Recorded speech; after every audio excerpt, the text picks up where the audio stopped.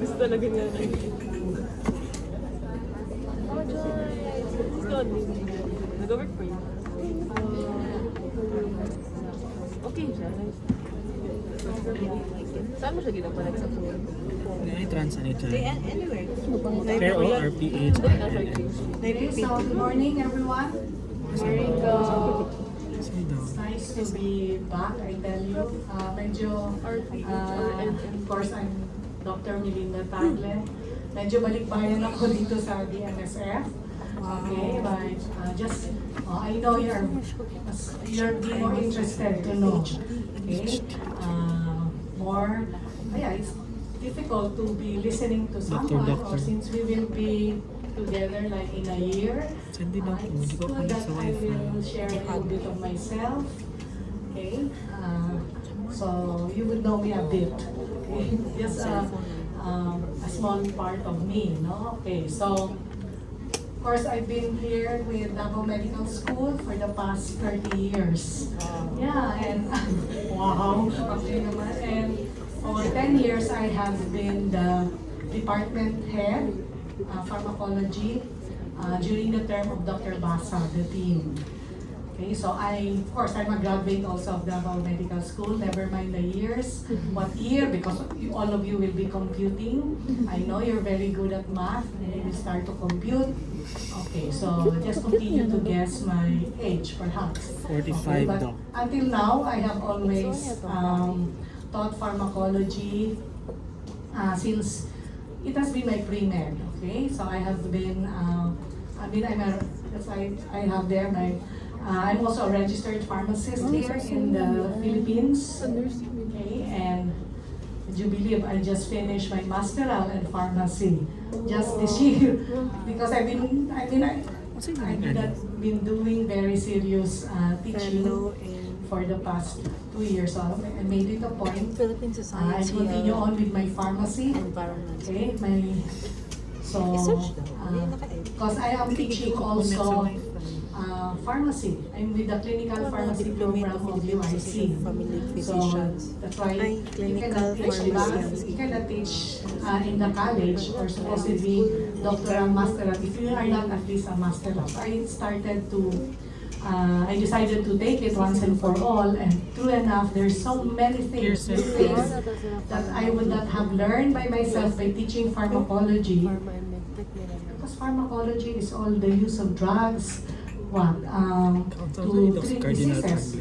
Okay? But with pharmacy, the pharmacy program in itself, remember, pharmacists are the one that formulates drugs, that researches on new formulation of drugs, and there's so much things going on with your drugs, mga bagong formulation. Exciting. How many are pharmacists here? How many are my colleagues also as pharmacists? Tara. Change course kayo. Okay. So I'm with the 4th batch of Davao Medical School, and ever since I finished my medicine, and after like 4 years, I joined the Davao Medical School, but continued to be with my alma mater also in pharmacy. Okay, so I should add there MS in pharmacy. Okay. So then I took up my medicine. Okay, and then as I was immersed also with the nurses, as I put up, before I went into pharmacy, by the way, my first course is business ad. That's why by nature I'm an entrepreneur. Doctor. Yeah, that's right.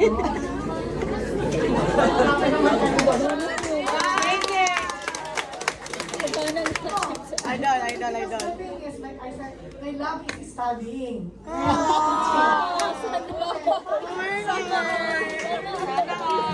For you. You cannot pass medicine if you don't love to study. So I happy to finish studying. Okay. And I don't go for mga short term kasi na mga seminars, conferences. I really go for solid credentials that will really help you, at the educational Law school. Kailangan solid, di ba? Yung talagang diploma, hindi lang yung certificates na after 2 years, wala nang value. But once you get a true certificate, forever and ever na yan. Okay, but well, that's my belief. It's up to you. Okay, so yeah, that's why I'm an interest in business ad. In fact, next year, I graduated from Merinol College in Katipunan, and it will be our 50th anniversary homecoming next September 6th. So I have to go there and join my classmates. Yeah, pa-autograph.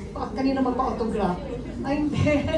No, I have a lot of classmates who are also well, what do you call this, established in their own field, businesses and that. In fact, the owner of SM, that used to be Shoemart, if you know, was my classmate, Elizabeth C. And every time we have a gathering, he would like sponsor the class. Kahit lang tayo. Boring is my classmate. It's just a little bit boring. It's morning. I don't want to bore you. Okay, so that's it. And then I went to pharmacy and then into nursing. And I was, my business, the other side of it is I put up a review center to prepare a lot of nurses for their US exams. Okay, so that's why I did prepare a lot of CGFNS and Flex Nursing and that. Okay, so na-immerse ko ngayon with my business and with the nurses all over here in the Philippines because I had also branches in Cebu and nursing na rin. Okay, that's why I'm also, for those of you, I know a lot of you here are nurses. I am also a nurses. Okay, I'm also an RN here in the Philippines. Okay, and after that I took my CGFNS and NCLEX. And I'm also licensed to practice actually in the US, but I did not grab that. No, I started to come back here because I could, I think, help more nurses, doctors, and my pharmacists, okay, to mapapaw lang naman yung kaligayahan ko, no? And then, sabi ko, what is next to nursing? Now, you cannot teach nursing much more to review if you're not a masteral, right? That's why I took up Masters in Nursing with yung UP, this time UP, no? University of the Philippines na they're out of, what's the program? I forgot. Yung online, it's not an out of school, it's a distant, it's not even distant learning. Open University. Open University, that's it. No? Okay, and that was the longest certificate or credential that 7 years ko yun pinag-anuhan trabahuan. Kasi I got stuck up with the thesis. I was here and all my mentors are in the in the Manila. But every semestral break, we would be asked to go there for our clinicals. And then just before 7 years expired, my teacher called me, "Oh, Dr. Taglin," they called, "when will you do your thesis?" I have no time, sayang. So they helped me out with it, and after 7 years, I made it, and that's why they have my man there. Well, hindi pala yung updated. So I have Update mo na, update. It's just really to inspire them. Okay, so Masters in Arts of Nursing. Edit sa daw. Along the way, remember, in clinical practice, I do practice family medicine. That's why I'm a diplomate, no, in Philippine Academy of Family Physicians, and our professional group for those who are teaching pharmacology in medical schools. Our group is Philippine Society of Experimental and Clinical Pharmacology, PCPE. Okay? At least we get together with all the other faculty teaching pharmacology in the different medical schools in the Philippines. Iba yung makashare kayo ng mga curriculum, ano yung mga updates sa so that's, we have to be a member there and always encourage my faculty members here in Davao Medical School to become members, and we meet there once a year. Okay.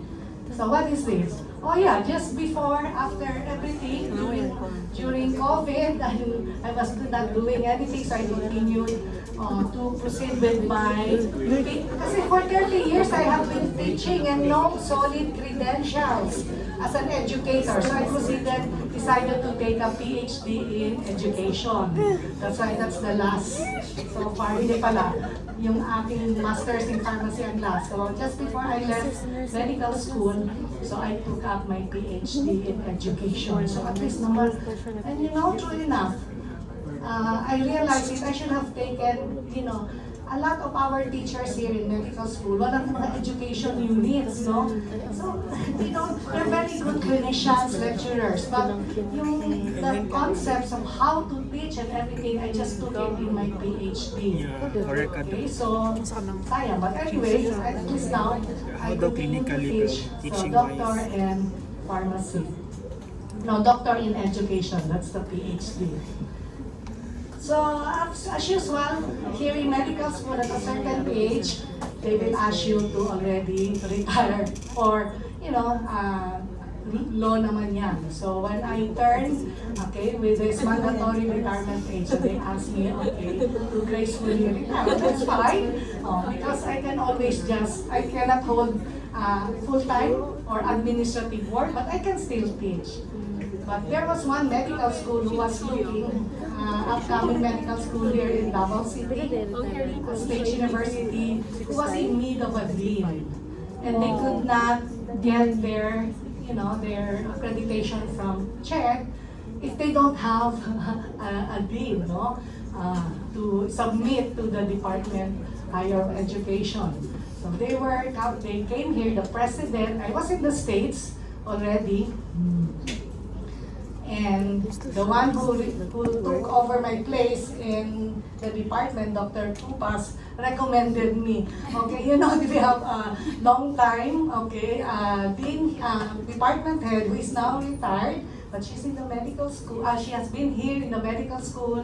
Kasi ang matindi na requirements, you should have at least 5 years of teaching in a basic medical education. At mahirap yun, no, for a lot of doctors who, and not only that, kailangan mayroon din 5 years na admin work. So my department, you know, position also would clear some. So parang, in a way, I was the only one, I don't know. So the president called me in the States asking me if you can, you know, if you can join us. So I was invited to join them. They were given I was given 3 days, they were given, at the end of the month to submit a dean, or else they cannot already open up for the school year. So that was 2022. Okay, and that's it. So I had to submit my credentials.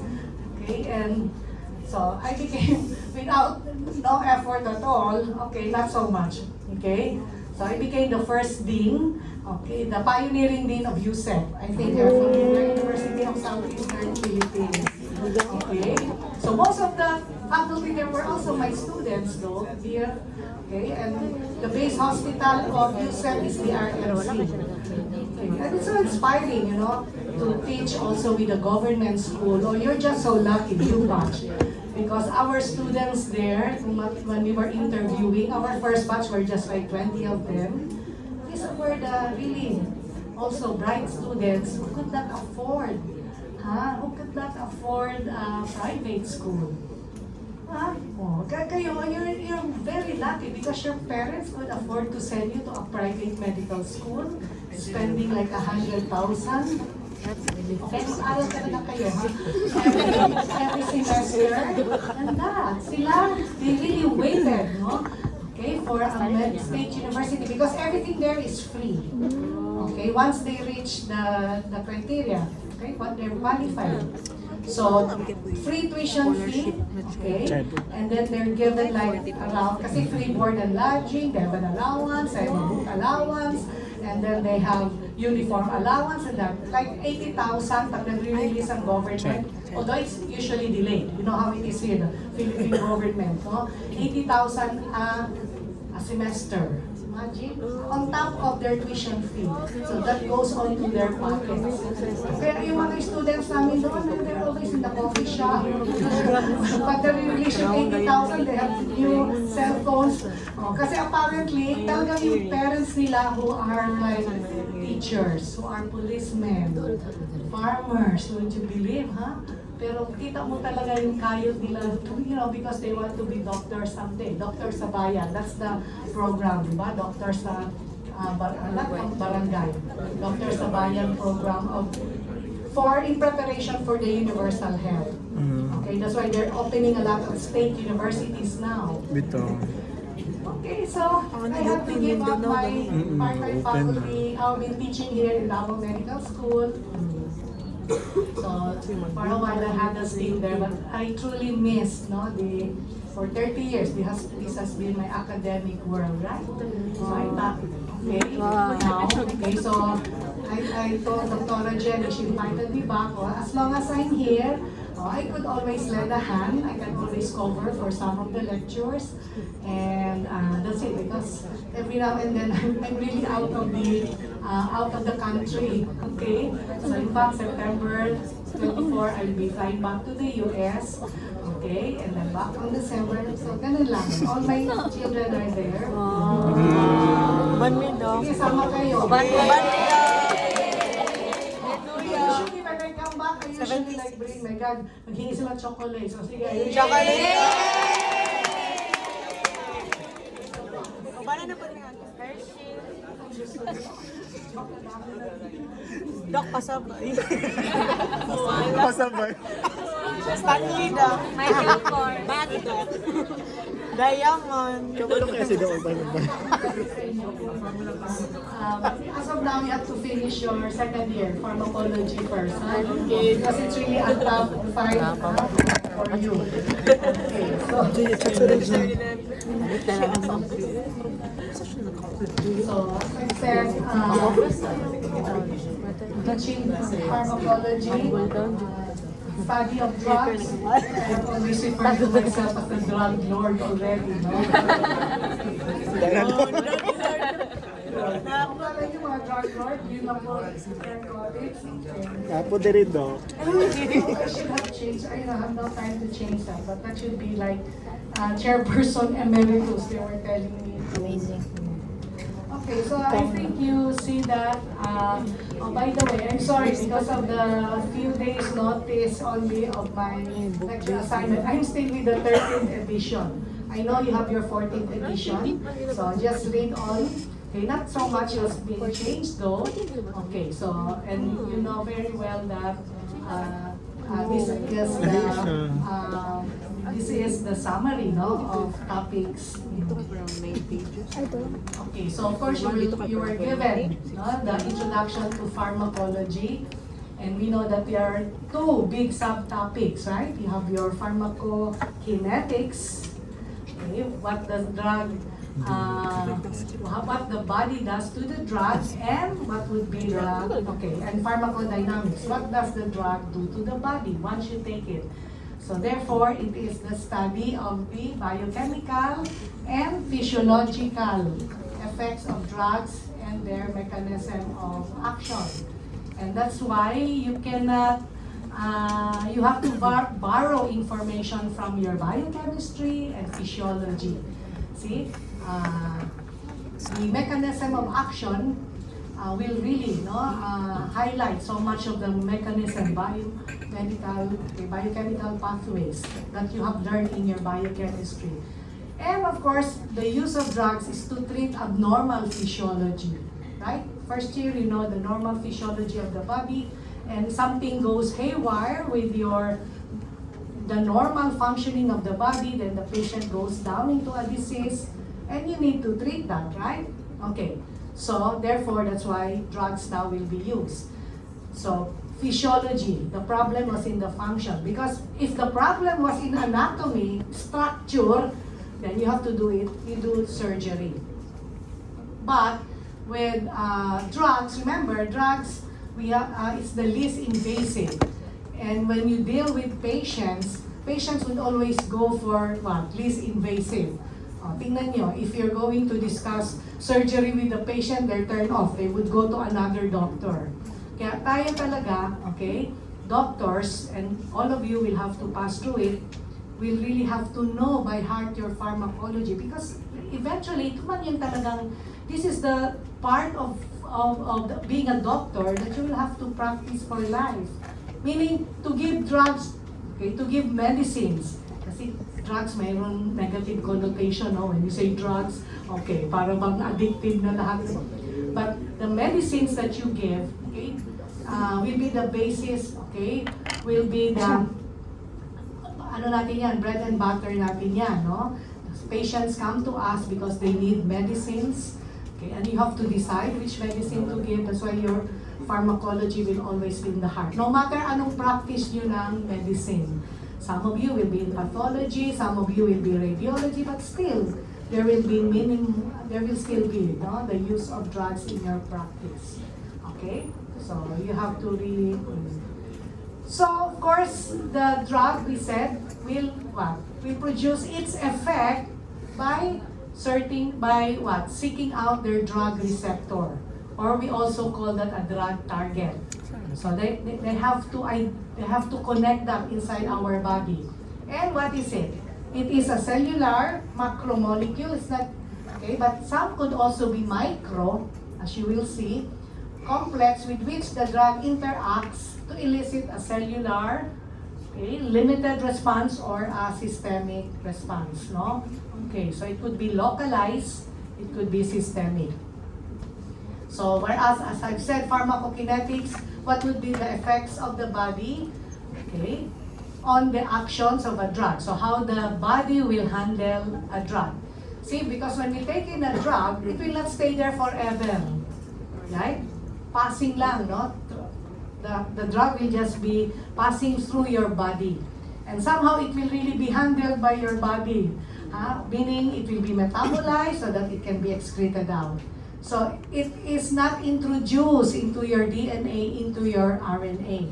So far, so yung mga other drugs, most of the drugs, no? The conventional drugs, although the newer drugs now, yan ang mga issue ngayon, especially that issue about the vaccine, the messenger RNA, that they say that it will now be introduced into our cell. That's why there is like so much messenger RNA vaccine, remember the COVID vaccine? So there's so much scare now for those who receive the vaccine that it will be carcinogenic because it has been introduced into the DNA. Don't believe that. Mga fake news pa lang yan. Speculation. It can be your research if you want.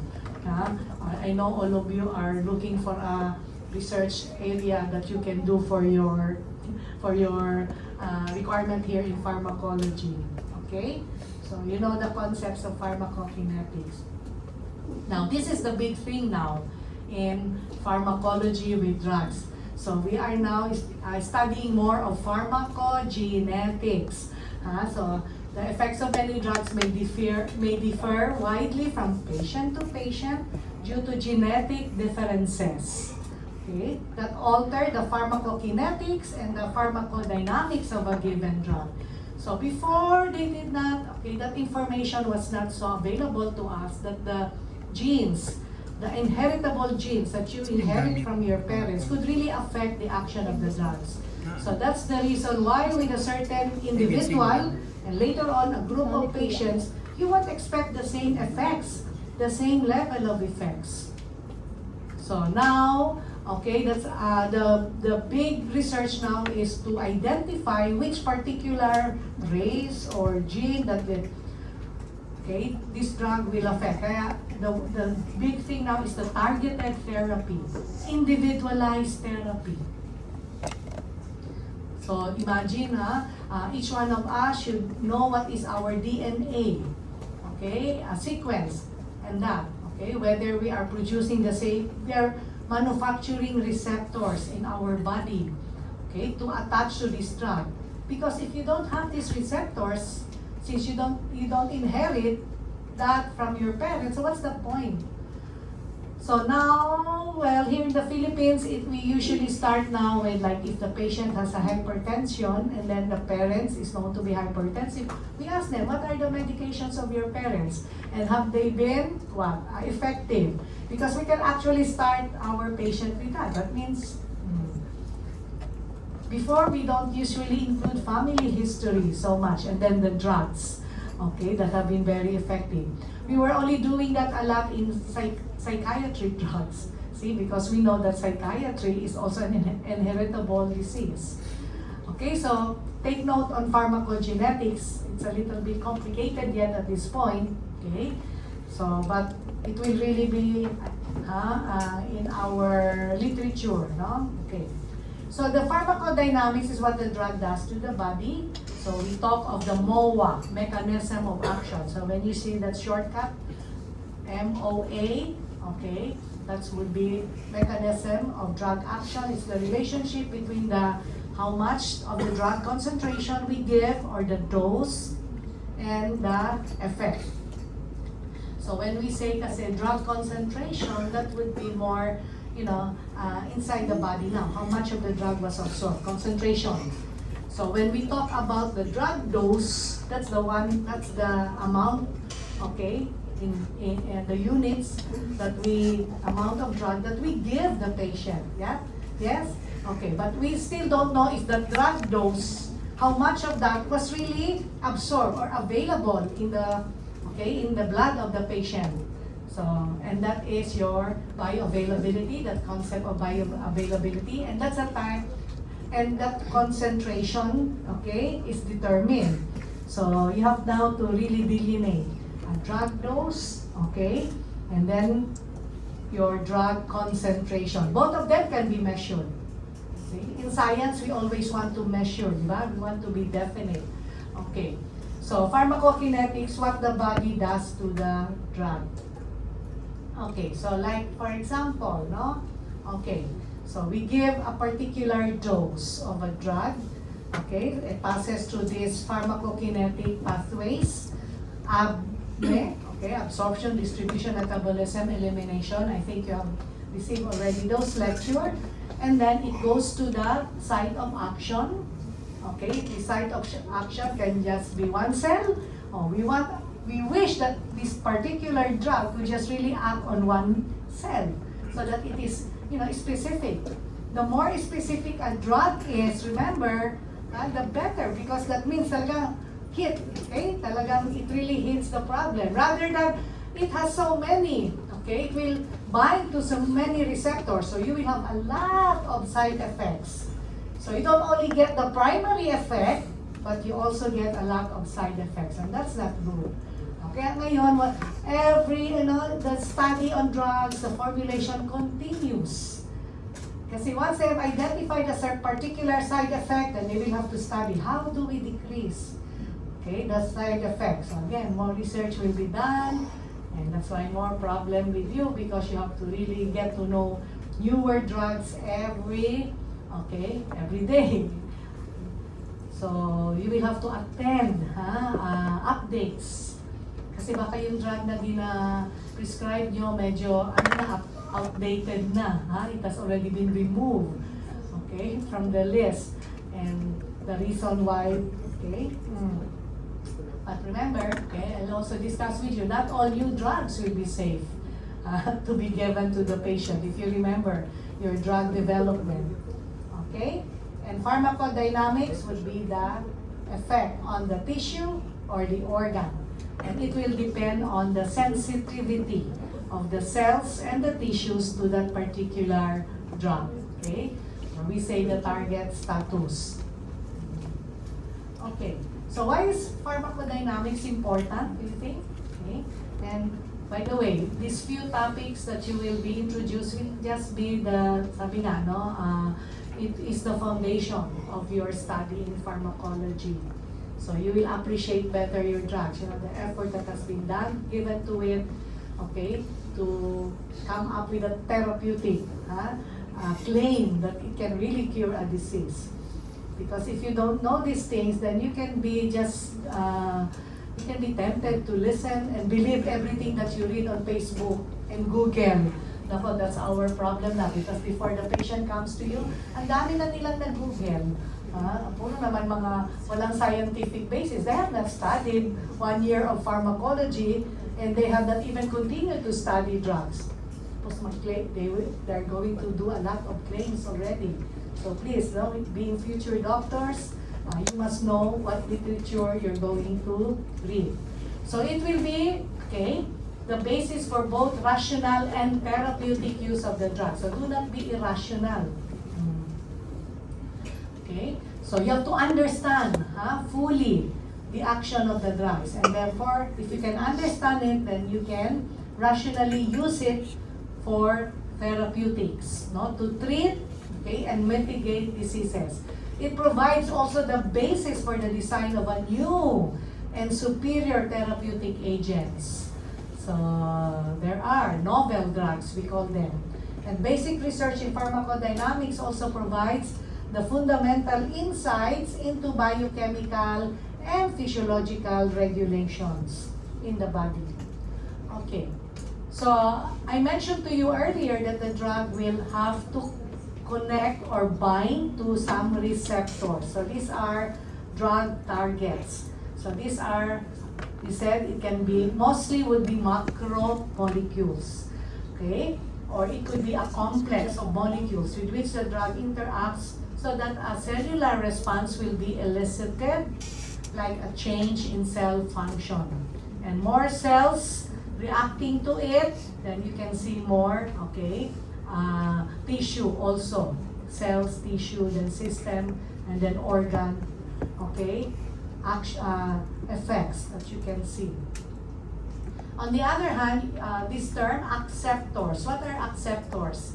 So like for example, albumin. These are entities that do not directly cause any change in biochemical or physiological response, but they can simply alter pharmacokinetic or of a drug's action. So they're also important in a way. Okay, acceptors. So not every drug will have receptors. Okay, so they can just bind to what we said, an acceptor. Now, most of the receptors are proteins. Okay, that's how important proteins are. And that's why we don't really like, we want as much as possible protein level in the body to be within the normal range. See, because if your patient is hypoproteinemic, okay, low in, malnourished sila, walang proteins, okay, they only eat rice, okay, and a few whatever, and even salt. You don't expect them to have a good amount of albumin, or proteins. And drugs need to bind to proteins in order to be distributed. Okay, so it will affect definitely, okay, pharmacokinetics again. So you have to, okay, see? So the proteins are receptors for hormones, okay, for growth factors, transcription factors, and neurotransmitters. And all of these act as regulatory. Okay, they are endogenous, di ba? Hormones, they're endogenous products in our body. But somehow, if you lack hormones, we may have to give a replacement. Okay? Hormones, okay, like estrogen, testosterone, we have replacement, insulin, replacement. Okay? But they need to bind to drug receptors. What about enzymes? Okay? So these are, okay, enzymes would also need proteins like your dihydrofolate reductase, your acetylcholinesterase. So there will be a chapter devoted on that. And a large portion of new drugs approved in recent years are what we call therapeutic biologics. Okay? Including genetically engineered enzymes and monoclonal antibodies. So with the advancement of technology, we are now able to look into the structure of our endogenous proteins in the body, not just the ordinary amino acids that you discussed. Okay? So, and in fact, okay, some of these biological products in our body are already genetically, okay, you know how it is, no? Manufactured. Now, the monoclonal antibodies are also big drugs now. You would know if they are monoclonal antibodies, they end with the suffix MAB, MAB, monoclonal antibodies. So you have your infliximab, rituximab. So yan yung mga bagong. So if you see a MAB ending in the drug, in the generic drug, okay, then you know, bago ito, this is what is meant monoclonal antibodies. And we know antibodies are also proteins. Okay, so basic biochemistry, but with a pinch already. And we do now gene therapy, huh? Because these are what? Products that we use against viruses, okay, as vectors, okay, to replace the genetic mutations. See, for all we know, viruses has also some good use in pharmacology, see, because they can be used as vectors to replace any genetic mutations that give rise to either lethal and debilitating diseases. Okay, and a lot of this, okay, genetically modified drugs are used in China and in Europe. Okay, in the US, it's a little bit difficult because it cannot, clinical testing is very limited in the US. It being a very litigious state, no? Madali na ma-charge, kaso kaagad, may konting ano lang. So very vigilant ang American patients. Okay, but the Asian patients, Filipinos, they will always submit themselves to be to be tested, maging laboratory animals. Okay, you want, as long as they are being paid, for our sum of money. Just like kay dadang kidney, okay, a lot of our would sell their kidneys, okay, for transplant and so forth. So how much more to be a laboratory experimental animal? Okay, so majority of drugs produce their effect by interacting, we said, with a protein, the target molecule, and few drugs act without being bound to any of the tissue constituents. Like these are some examples of drugs that do not need, okay, target molecule. Okay, but by their mechanism, okay, they produce a unique mechanism, they produce their effect, like mannitol. Okay, mannitol is a non-absorbable sugar. Anything that ends with "ol", you know very well, could be a sugar, right? Anything that ends with "I" and "in" would be a protein. So, okay, I mean, these are some pointers that I tell you, so you can remember your biochemical products. Okay, osmotic activity. So they will increase osmotic concentration in a fluid. So therefore, they can imbibe more water, and that can facilitate the excretion of more fluids from the body. So we use mannitol to treat increased intracranial pressure and even intraocular pressure. Okay. What about activated charcoal? It's a very common it is a very common antidote, no, for poisoning, di ba? So simple lang yung kanilang mechanism of action. They just absorb, okay, the poison, the toxin. Okay, usually given orally, di ba? Kung ang poison nandiyan pa sa stomach, they just absorb. So walang masyadong target molecule, okay.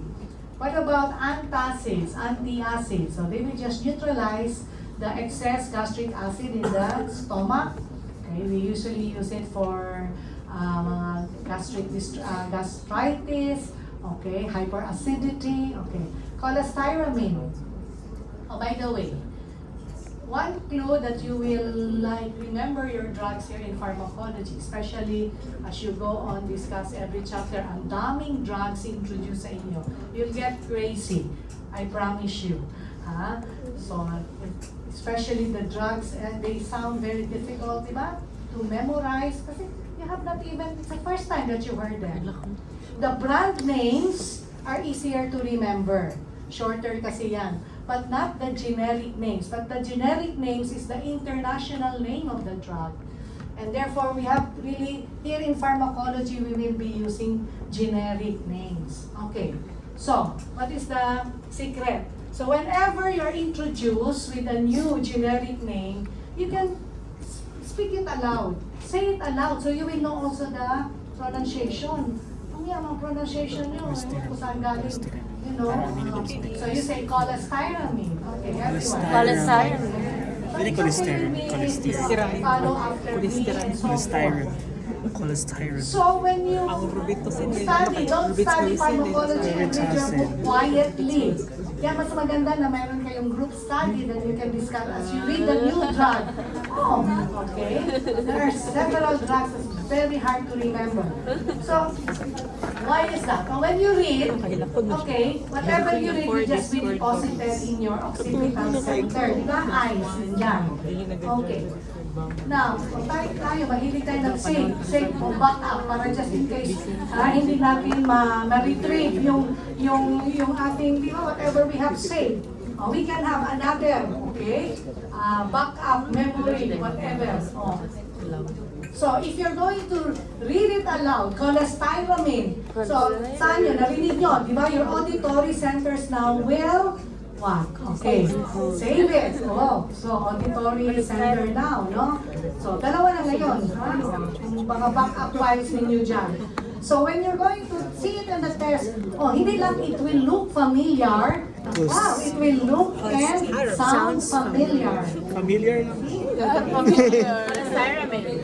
So, liwat ka sa Familiar lang. cholestyramine.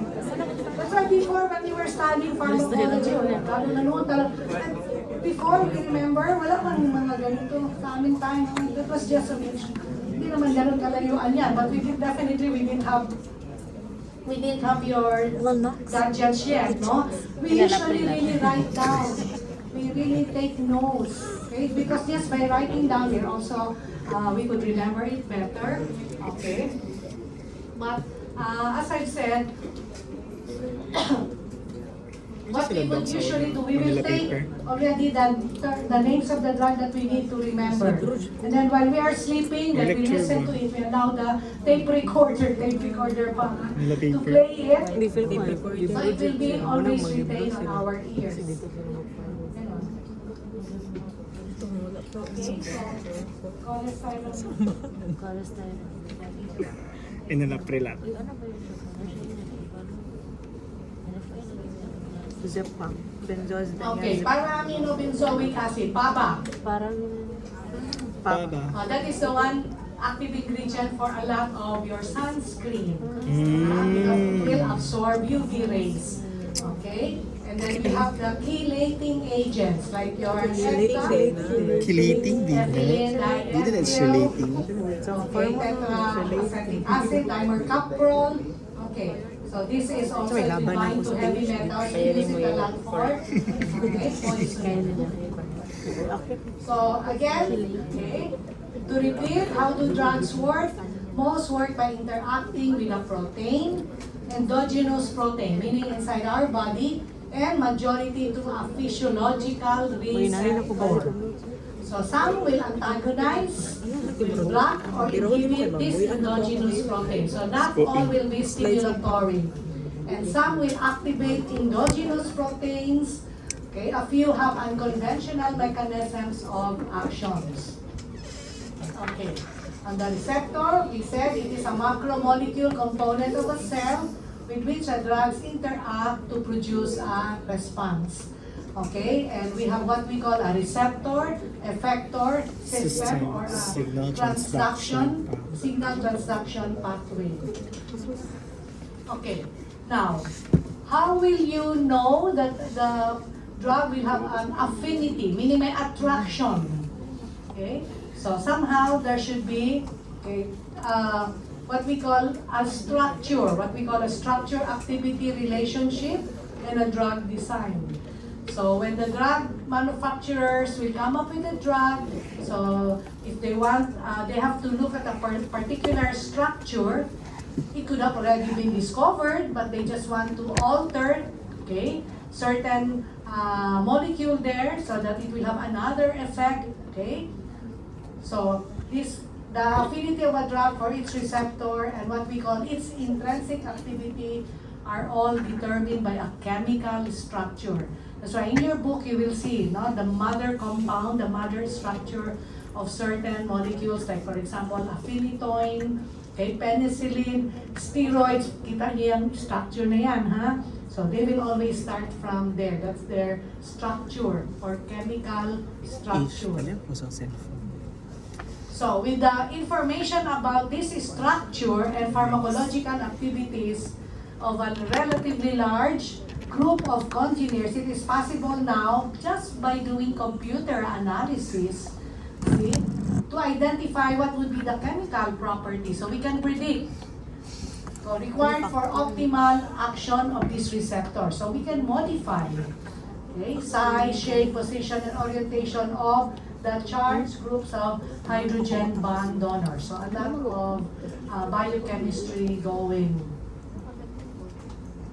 Okay, so what are now the terms that could describe, okay, interaction of, okay, drug receptor interaction. So once you hear the word agonist, you will also always be, when we classify drug, you have a beta agonist, an alpha agonist. So what does it mean? Okay, so it is an agent which activates therefore a receptor. Okay, to produce an effect similar to that of the physiological signal molecule that what we have in the body, just like your muscarine and nicotine. So when you hear an agonist, so immediately you will know, this drug will act on a receptor. Okay, it will not act on an enzyme or any other component in the cell. Okay, so yan ang hanapin nyo. Ano ba yung, okay, receptor? Okay, then we have other sub-classification of an agonist. We have a primary agonist. If the drug binds to the same recognition site as that of an endogenous, okay, agonist. So remember, our body produces its own proteins, okay, receptors too. So that is the one that will determine whether it is a primary agonist, okay? Now, what about an allosteric agonist? That's another form. It binds to a different region of the receptor, okay, to which our endogenous, okay, molecules will act. So that's why you will say an allosteric. What about antagonist? This is an agent now, which will also bind, okay, which will prevent now the agonist. We have defined agonist, diba? So kontrabida ito ngayon on a receptor or a subsequent response. So they will inhibit the agonist from acting on the receptor. It will compete, in other words, no? Okay? So, but does not have also an effect of its own. It has no intrinsic activity. So it is only an agonist which would have an intrinsic activity. The antagonist will just prevent the agonist from sitting on the same, okay, site on the receptor. So in a way, pag hindi makasit on doon yung primary agonist, so no effect will be found because sino na nakakompete doon, okay, who sat on that receptor site? It is the antagonist. So you will see this, okay, when you go into the chapters already referring to the books and they discuss about the mechanism of action, okay, then you will understand this better. So that is just like how atropine and your muscarine will also work. And what do you mean by syntopic interaction? So this is antagonism that results due to competition. Okay, with an agonist for the same or overlapping site on the receptor. Inverse agonist. Okay? So another term, an agent which activates receptor to produce an effect that could be opposite, no? The direction to that of the agonist. Kaya na inverse. So they will just really, confuse the agonist. No, instead of going to the right, okay, we go to the left. Instead of increasing, okay, we can increase. Okay, so example of that would be your for your benzodiazepine receptors. Partial agonist, this is an agent which activates a receptor to produce a sub-maximal, okay, effect, but antagonize also the action of a full agonist. And that is how an opioid would act. Okay? So, instead of producing the optimal or maximum effect, okay, they will usually just taper it down. Okay? So, a ligand. In case you encounter the word ligand, what is it? From the Latin word ligare, to bind. So, any molecule which will attach selectively to a particular receptor or sites. Okay? So, refers only to the binding or affinity, but they could not produce functional change. No? So they are just there to prevent the agonist from producing its effect. So we have it here, Clark's equation in 1937, a drug receptor occupation theory. So we said that drugs are small molecule ligands. So they pace cellular function. They can alter it. Okay, the speed. Okay, so you have a D and an R receptor and a drug interaction. You have the speed of their reaction. Okay, to produce a DR.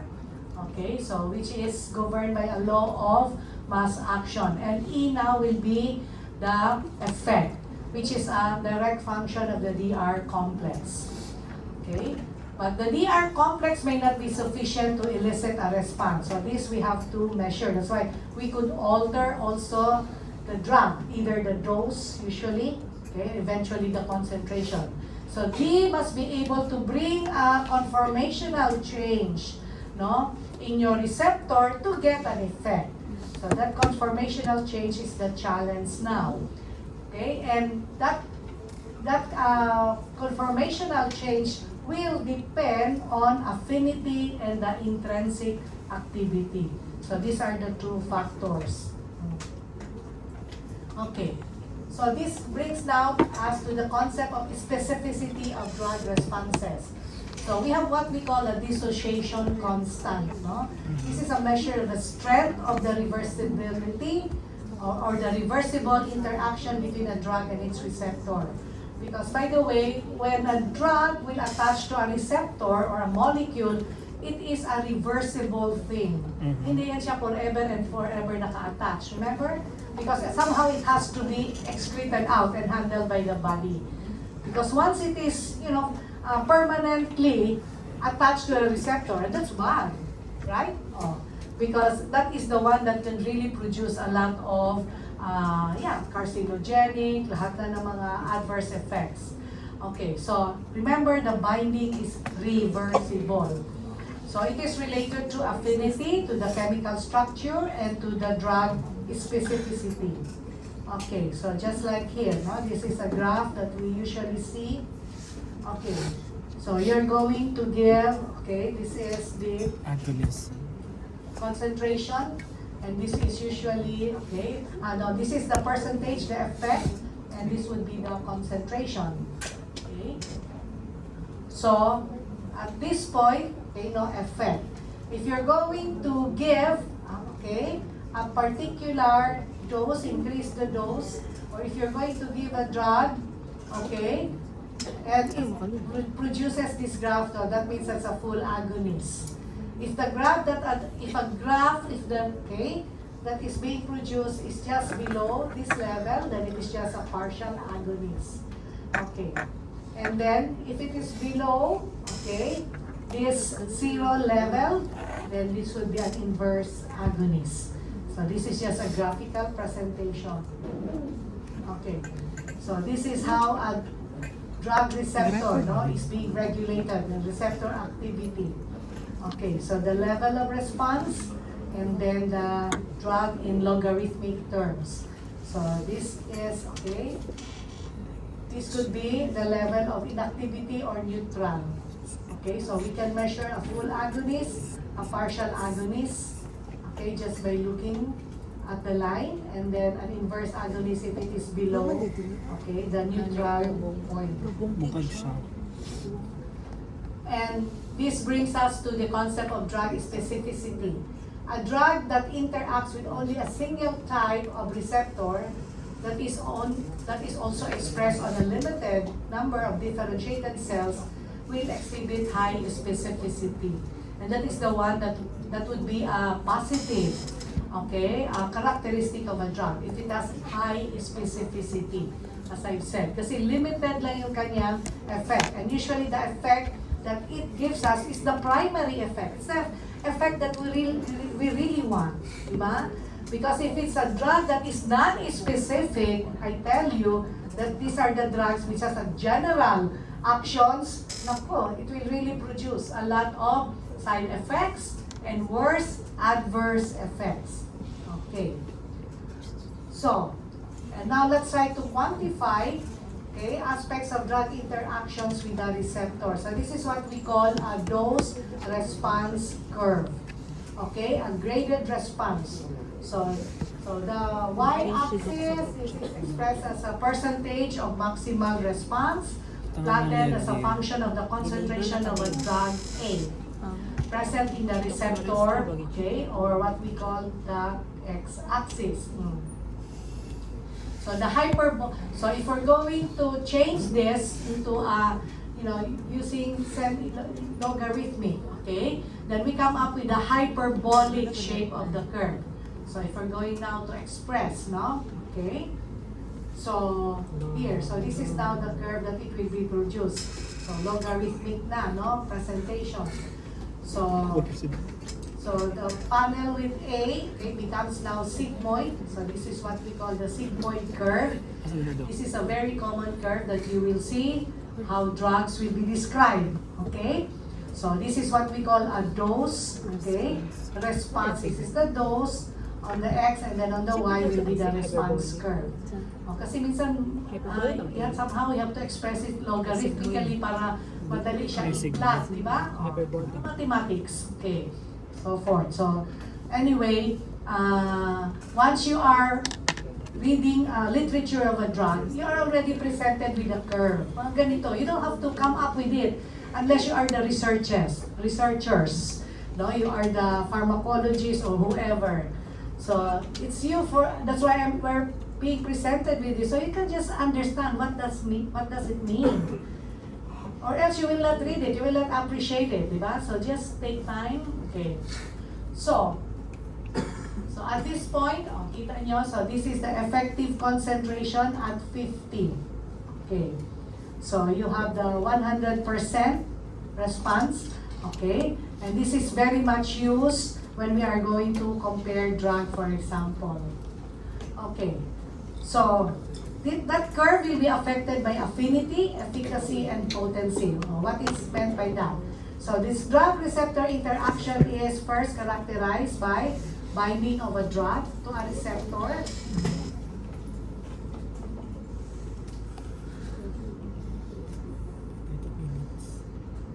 And generation of response in a biological system. Okay? So here, okay, we discussed this. So we said that the first reaction, the reversible formation of the ligand receptor complex, okay, to produce an LR is governed by the chemical property or what we call the affinity. Whereas potency, if you're going to seek that word, pharmacologically, is basically when two drugs will produce equivalent responses. The same yung kanilang curve, but the drug whose dose response curve lies to the left of the other, okay, or meaning the concentration producing a half maximal effect, okay, or EC50 is smaller, okay, is said to be the more potent. Okay, this will be better understood by this graph. So we said, this is, you're looking at two drugs, X and Y, okay, and you have two, okay, dose response curve. So if you will be asked, which will be more potent, drug X or drug Y? They have the same maximal effect. 100, nandun sila yung, okay, the end part. So which will be more potent? X. Definitely the X. Because you only need a smaller dose to produce the maximal effect as against, okay, Y. Kaya nga kung ang curve is more to the left, it is more potent. Compared to if you have another, if I were to draw another dose response curve here, X, Y, Z, then that would be least potent. You get that? Okay, at least isang tingin nyo lang. Kasi again, once a drug is presented to you, siyempre magbigay sila ng comparison. They want to compare which is a better drug, which is a potent drug, and that and that. Okay, so isang tingin nyo lang, tapang pala itong morphine against, wala na masyadong compute. Wala kayo magano. For doctors, it's just for us to understand what those curves mean. You get it? But it's not for us to compute. So I will not let you compute. Come up with a curve. It's crazy. But of course, when you are going to present it in your thesis, I don't know what are you working on, and you want to compare potency of your whatever you have discovered there in your experiment. Okay, then you can use this concept. So, on the other hand, efficacy will reflect the capacity of a drug to activate a receptor and generate a cellular response. Right? Efficacy. Siyempre, ano yung effect? Thus, a drug with high efficacy may be a full agonist, right? Eliciting at some concentration a full response. Okay. So, here. So, comparing again drug X and Y. Okay. So, drug X will have what? Okay, which is more efficacious now, if you will be asked. So it will it be X or Y? X. Oh, it will be X, full agonist. O in fact, ang Y nga, pwede itong inverse agonist pa nga, di ba? Kasi it is already below. Okay? So, the minimum efficacy. Okay? So, if I were to draw another line here, below drug X, that is what we call a partial agonist. Okay, so this graph will compare efficacy. Okay, so dose response curve. Okay, so response and then you have the dose. Okay, and then ED is effective dose in 50% of the what? Okay, on your respondents. Okay. Effective dose on your respondents. It can be either animals, it can also be human beings, depending whether you have preclinical or clinical studies now. Okay, effective dose man, no? Okay. So here, log does, see so much use of your logarithm dose response curve. So more potent, less potent, less potent, right? Okay. And this is the maximum effect. Okay. And this would be, okay, the same. Okay, more or less they have the same efficacy. And this is what we call the threshold dose, okay, the amount that is given. See? So potency is a measure, okay, where you find the curve on the position in the graph. So the more it is present on the left, the more potent. Okay, whereas your efficacy will be now your curve. Okay? So how much it will reach the response, no? The response curve. Okay. So here, going back. So least potent will be C. Okay. A will be the most potent. B will be medyo. Okay. In between. Okay. Now, so looking again, application again of this log dose response curve would be the antagonism. So the green, it represents the control. Okay. So if you're going to add another drug, okay, and you make the drug less potent, right? Okay, because it moves now, there's a parallel shift, the same line to the right, then therefore there is what we call competitive antagonism. Okay, that's why it became less potent, because perhaps the drug that you added made this drug less potent. At least the efficacy will be the same. So it is more affected by the potency. Okay? It affected the potency. What about non-competitive antagonism? Okay, so if you see the same curve, okay, but there is a parallel shift to the right, then we would say there is, okay, a non-competitive antagonism. This one, no? But this one now, kasi mas mababa na yung kanyang efficacy, di ba? Below. So this is the one that will represent non-competitive. Okay? Antagonism. Okay, this one was competitive. Basta the same level lang. Pero once the efficacy now is decreased, then it elicited now non-competitive antagonism. Okay? A shift to the right, pero non-parallel, not the same, okay? See, decrease na yung kanyang efficacy. O, dito 100. O, dito nasa mga 50 na lang or 60. Or, we also call that allosteric antagonism. Okay? O, potentiation. O, you have this original line here, and then it shifted the curve to the left, parallel shift to the left. Then that means there was a potentiation. By adding a drug, you made the drug, okay, the green one, more potent because it shifted their dose response curve to the left. Got it? Again, this is just in few seconds you can immediately determine the effects of the different drug. Okay? So this explains the different graphical presentation. When we say competitive, antagonist is chemically similar to the agonist, competes with the binding site, this allowing now the agonist to connect, right? To bind. But binding is reversible. Increasing the agonist dose will overcome the block. Okay.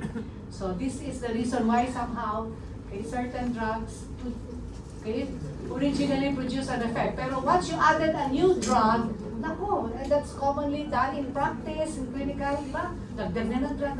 Kita mo, decrease na ngayon yung effect yung original drug. It can be explained by this. Huh? So there could have been a competitive antagonism. So same maximal response can be attained by increasing the dose of the agonist, and that is what we call surmountable antagonism. Non-competitive antagonist is chemically unrelated to the agonist. Okay, binds to a different allosteric site, altering the receptor. And it is the one that is usually irreversible. And this is the one that will explain a lot of like toxicity reactions, poisons, and ganon. Even high agonist concentration is unable to reverse the block, and which means unsurmountable antagonism. Okay? So here, so a shift to the right, agonist alone would be for X, shift to the right will be competitive antagonist. Okay, if it is a parallel shift to the right, a shift to the right pero non-parallel, kasi nga hindi na pareho ngayon, yung maximal effect, so we say you have given a non-competitive antagonist. Okay, so here you have an agonist, you gave another drug, and if you want to surmount the effect, di ba? You can just add additional dose and you will produce still the same, dose response curve. So this is what we call surmountable antagonism. Okay. So here we have a drug with a non-competitive. Why? Because the the maximal effect is decreased. Red is the drug alone. Okay. Whereas here, this is what we call a competitive antagonism because the shift to the right has the same maximal effect. You increase the dose, that's why you produce the same maximal effect. So we simply say surmountable antagonism for competitive. Okay? So just have time to reflect on it, or to understand it better. So irreversible antagonism or allosteric or allotopic antagonism is the one that we say unsurmountable. And drug produces effect by binding to a site on the receptor that is distinct from that of the primary agonist, thereby changing the affinity of the receptor for the agonist. Allosteric agonist or co-agonist, a drug binding at an allosteric site, could potentiate also the effects of a primary agonist. That's another way of saying it. What about additive effect and synergistic effect? You will also hear this with different drug combinations. No?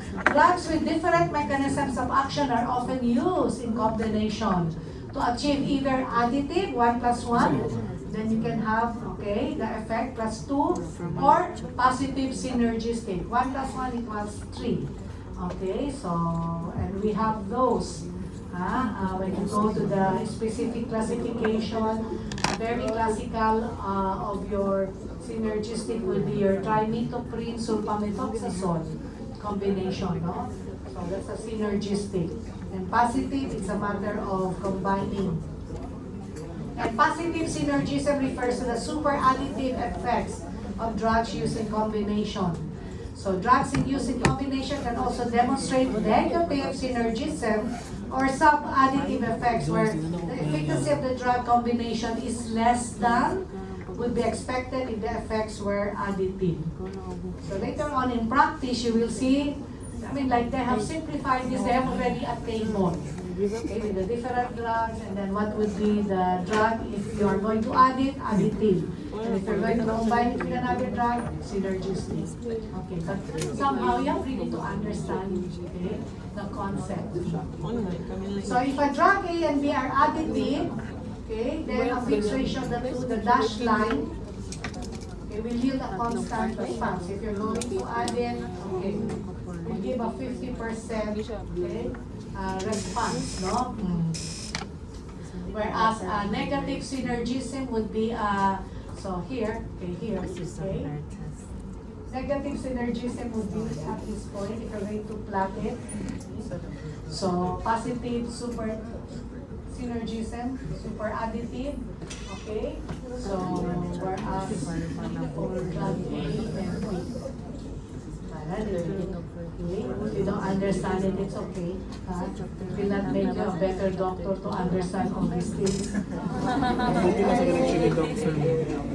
as I teach you, it's crazy, no? Like in pharmacology, we teach you a lot to know 1,000 drugs, I think, if you're going to, and then we test that on you. And then, imagine, we have like, how many of us are lecturing to you, and then we come up with a test of 4 or 5 in a particular test, right?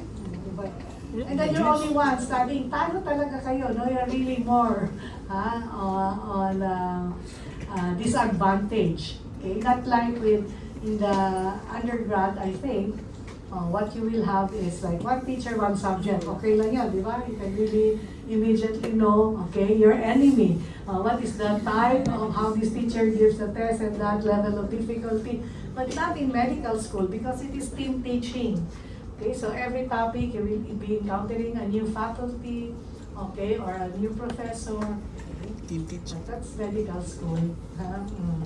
Then, when you practice already, then all you need to know is like what? 50 drugs. It's crazy. But to pass medicine, you have to know 1,000 drugs. Kasi kahirap naman kung ituro lang namin sa inyo is 50 drugs. But in the board exam, remember our goal when we teach you here in the medical care education, basic medical, is for you to pass the board exam. That's the thing. Then after that, if you pass it, you're smooth sailing now, so you can now go to your training and so forth. Okay? Okay, so individuals, pharmacodynamic variability. So individuals could vary in the magnitude of the response, even to a same concentration of a single drug in a given individual. No? May not always respond to the same way to the same drug concentration. And you understand why? Because there's so many factors under play. So drug responsiveness can again change because of disease, age, or previous drug administration. Understand that concept? And the variability in pharmacodynamic response in the population, so we're not only talking about individual now, can be analyzed by constructing what we call a quantal concentration effect curve. So parang dose response curve, but this time in a population, quantal concentration effect curve. And what is that? So the dose of a drug required to produce a specified effect only in 50% of the population is what we call the median effective dose. So somehow we have to like rationalize, diba, our dosing. So we have to look at, scientifically on a study, diba? Study a certain population kung ilang minimum effective dose ang pwedeng ibigay to produce a particular minimum effective dose. Well, that's the best that we could. And that's the reason why you have to follow up your patients always. Ang problema ng patients, they don't understand sometimes how are we treating them and what are these drugs. So we tell them, come back after 2 weeks. They will not come back. Kasi takot sila magbayad sila ulit. Follow up. So that's why you have to tell your patients, you have to come back to me. You don't have to pay anything. You know, ganun lang dapat ang pasyente. Comfort them. But if you don't talk to them, that's why they say medicine is an art. It's actually more of PR. So you'll be surprised. Most of you na mas maganda ang PR, mas maraming patient. Compared for some of you, na mga very intelligent here, bright, genius, getting all 100%. And normally these are the individuals who don't like to talk so much. Kulang ng public or patient relation, wala kayong pasyente. So you better be on the pathology lab, looking at microscope, wala kayong patient. Right? Or you can just be on the x-ray room, reading all those. Okay. Pero kung kayo is the relatable one, hindi pong pwedeng barangay captain ba? Mahilig ba? Kamusta? Okay, kamusta kayo? You will be better doctors, I tell you, even though you were all, your grades in medical school were all deliberated. Meaning, you hardly hit the 75, kung kasama kayo dun sa mga deliberate na lang, sige, pasang-awa. Of course, all of you are second year now, so you have been, you pass all the deliberation. So in preclinical studies, so that is what preclinical animals, because clinical is with human beings. Okay, take note. The median lethal dose, we don't test for lethal dose in human beings. Okay, it has to be in lower animals. Imagine, why would you test lethal dose in human beings? It's determined by experimental animals. And median effective dose is the dose of a drug required to produce a specified effect in a 50% of the population being tested, and compared to a median lethal dose. And we come up with a therapeutic index now for a drug, and this is how we measure safety of a drug. LD50 over ED50, we just divided. So lethal dose of 50% of what? Experimental animals over the effective dose. Normally, the experimental animals pa rin, okay? Or pwede na din human beings. So, the number should be higher because the higher the, see, this is a number that you will get, no? When you divide. So, for example, if the TI, therapeutic index, is like 10, okay, against another drug, its therapeutic index is 2, which would be a safer drug? The one with a 10 or the one with a 2? 10. The higher, the better, the safer. Kasi that means malayo yung gap between a lethal dose, remember, and the effective dose. Can you just imagine kung yung lethal dose is like 1, kunyari, or less than 1. That's a very, okay, that's a drug with what we call a, what? Margin of safety. The therapeutic index is narrow. And we have a lot of drugs that we also use that narrow therapeutic index, like yung mga digitalis, okay? That we have the heparin, the anticoagulant. So we have to constantly measure the concentration in the blood. Okay? Kasi there's only a small difference between the dose that can produce adverse effect and the dose that can cure. Okay? So you understand pag sinabi ba sa therapeutic index? Okay, understand that concept. It can also show how selective the drug is in producing its desired effect versus the adverse effect. What about the therapeutic window? The range of steady-state concentration of a drug that provides a therapeutic efficacy, okay, with minimal toxicity. Because we want to maintain a therapeutic window. We don't want a drug na, you know, narrow therapeutic window again, that would definitely affect their effectiveness, okay? And we have the clinical therapeutic index, okay? So, you have the, okay, this is just, and frequency distribution curve are also being plotted, and concentration, quantal concentration effects in the population are also being plotted. Okay. So with this, okay, better, understood. So you are familiar with this log dose response curve, di ba? Okay, so which is, okay, look at the therapeutic index. of a particular, this drug will supposedly produce what? This is a psychiatric drug, hypnotic drug, okay? So, that produce either hypnosis or death. Huh? Okay, so if you notice, there are two drugs. Okay, there are two dose response curve. Therapeutic index is 4. So, LD50 is 400, and then ED50 is just 100. To produce an effective dose, effectiveness, you have 100 milligrams, so 4. So, you quantify it this way, or look at this.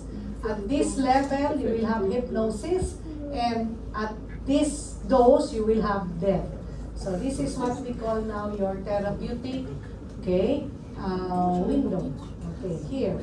So this is also known the margin of safety, the difference. So the wider the margin of safety, the safer the drug to give, definitely. Okay? So this is your, what we call the therapeutic window now that we are referring to. This is where we experience therapeutic response. At this level, it is now the adverse response that we see. Okay. So in clinical studies, the dose or preferably the concentration of a drug required to produce toxic effects can be compared with the concentration required for therapeutic effects in the population to evaluate the clinical therapeutic index. Thus, a population therapeutic window expresses a range of concentration at which the likelihood of efficacy is high. We want that, and the probability of adverse effect is low. However, it does not guarantee efficacy or safety. Therefore, we use the population therapeutic window to optimize the dosage of drug, and it should be complemented by monitoring appropriate clinical and surrogate markers for drug effects in a given patient. Okay?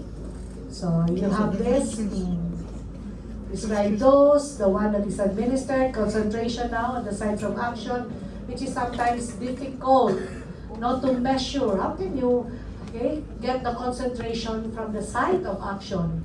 The best that we could get the concentration would be in the blood, like we get blood serum. Imagine you go inside the cells and determine how much of the drug is present there. So we just sometimes have to do some, mathematical. Okay.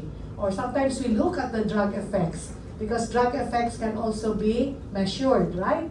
Especially like blood sugar, lowering of the blood sugar or lowering of the blood pressure. Kaya yung tinatawag na mga surrogate markers. Okay? In human beings, it's so hard to get. Okay? So we said too that your receptors are proteins, and nucleic acids can also serve as receptors. And cell surfaces receptors are also floated in the cell membrane lipids. And we have either the non-polar, hydrophobic portion of the amino acid, but it will remain buried in the membrane, while polar, hydrophilic remain on the cell surface.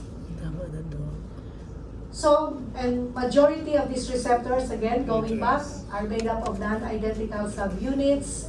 And polar drugs will usually bind to ligand binding domain, producing the conformational change. And many drugs act on physiological receptors, and these are what we call the true drug receptors. But mind you, there are also orphan receptors. So we have these subtypes of receptors that you get to know when you study each classification of drug. Like, for example, acetylcholine, you have muscarinic or nicotinic. That's why you have either M or M. Adrenergic receptors, you have alpha and you have your beta. Okay. And we classify them according to pharmacological criteria, like tissue distribution, ligand binding, transducer pathway, and molecular cloning. And two functions of the receptors, recognition and transduction. Recognition is for a specific ligand molecule. Transduction is the signal to be passed on. And two domains can either be ligand binding domain or effectors domain. And there's a difference between drug action and drug effect. Okay. Drug action would be the initial combination of the drug with its receptors that would result in a conformational change as mentioned, or like an agonist, or prevention of a conformational change like an antagonist. Whereas a drug effect, okay, is the ultimate change in the biological function now, which we see on the individual as a consequence of your drug action through a series of intermediate steps which we call now your transducers. And these are some of the physiological receptors. And I tell you, you will recognize it later on when you go into the specific receptors. Then you have all the summary of the physiological receptors. Of course, I will not be crazy to get something there. May faculty ba kayong get exams from a table like this? Yes. So I can just get on the must know. So perhaps, what we need to know to be able to answer questions in pharmacology in the board exams. Okay? So it's not the quantity but the quality, no? So I wish I will be given still more lectures so I can still be. Yes. Laboratory. What are you, section B? Yeah, I will be with the B pala. This afternoon, right? 1 to 3. Yeah, so I just missed it last time because I was supposed to be with the A Wednesday, but Dr. Tupas transferred me to